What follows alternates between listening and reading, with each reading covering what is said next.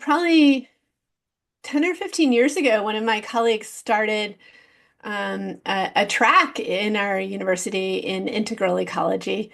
Um, and, drawing on that history of the integral philosophy, as well as the idea that um, to respond to the polycrisis, we need all the disciplines and we need all the faculties of humans engaged. And so that was the way he was thinking about the meaning of integral in relation to ecology, that it wasn't enough to think about biophysical ecology, but we need, of course, religions and spiritualities and the humanities and the social sciences and all of that.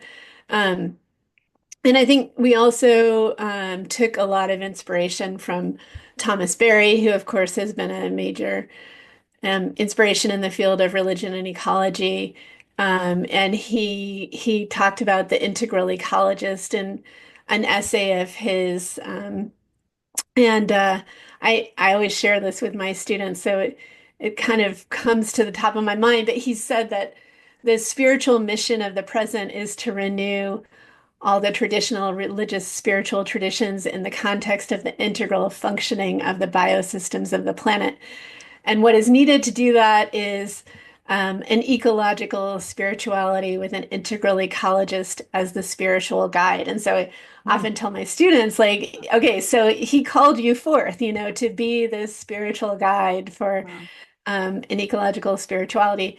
But since someone had said that, and that we had this mission of integral education, it fits in really nicely. So again, I think we're wanting our students to be knowledgeable in biophysical ecology, but also recognize that that's not the limit of ecology, that we need to bring in the humanities, religion, ethics, justice, values, social sciences. We need to look at policy and politics and power.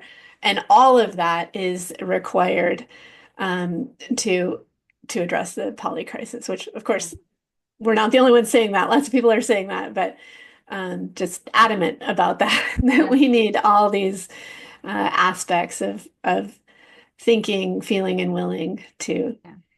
address the poly crisis.